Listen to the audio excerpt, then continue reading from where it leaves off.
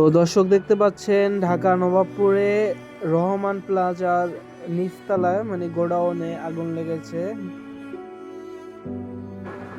আগুন নেভানোর জন্য ফায়ার সার্ভিসের 3টি ইউনিট একসাথে কাজ করছে এবং কি আগুন নিয়ন্ত্রণের চেষ্টা করছে। ঘটনাস্থলে ফায়ার সার্ভিসের 3টি ইউনিট এসে পৌঁছেছে এবং কি আগুন নিয়ন্ত্রণে করার চেষ্টা করছে।